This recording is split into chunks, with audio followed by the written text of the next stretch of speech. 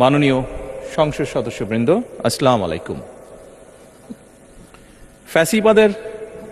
নির্মমতার শিকার অসংখ্য মানুষের কান্না আর হাজারো প্রাণের আত্মত্যাগের মধ্যে দিয়ে অবশেষে আজ থেকে পুনরায় যাত্রা শুরু হতে যাচ্ছে জনগণের ভোটে জনগণের কাছে জবাবদিহিমূলক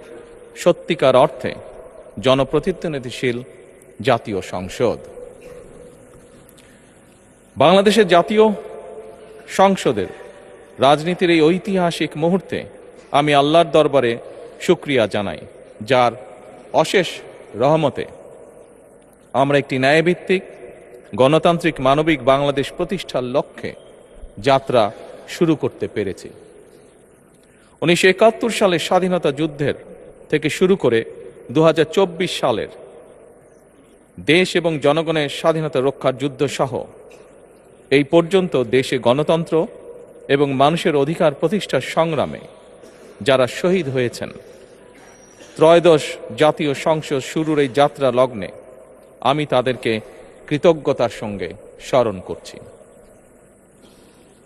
এই আন্দোলন সংগ্রামে যেসব মায়েরা তাদের সন্তান হারিয়েছেন, যেসব সন্তানেরা তাদের প্রিয়জন হারিয়েছেন, যেসব পরিবার তাদের সন্তান স্বজন হারিয়েছেন, যেসব আহত মানুষকে তাদের স্বাচ্ছন্দ্যের জীবন হারাতে হয়েছে, যেসব মানুষগুলো নির্যাতন, নিপীড়ন, রাজনৈতিক হয়রানি কিংবা মিথ্যে মামলা শিকার হয়ে সর্বস্ব হারিয়েছেন, আমি তাদের সকলের অবদানকেও কৃতজ্ঞতার সঙ্গে স্মরণ করছি। দেশের ছাত্র জনতা, কৃষক, শ্রমিক, শিক্ষক, কবি, সাহিত্যিক, সাংবাদিক, চিকিৎসক, প্রকৌশলী, আইনজীবী, কামার কুমার, জেলে তাঁতি, গাড়ি চালক, ব্যবসায়ী এবং সরকারি বেসরকারি চাকরিজীবী, গৃহিণী, সারা দেশে গণতান্ত্রিক রাজনৈতিক দলের নেতা কর্মী সমর্থক তথা সর্বস্তরের সকল শ্রেণী পেশার মানুষ যাদেরকে গুম, খুন, হত্যা, নির্যাতন, নিপীড়ন,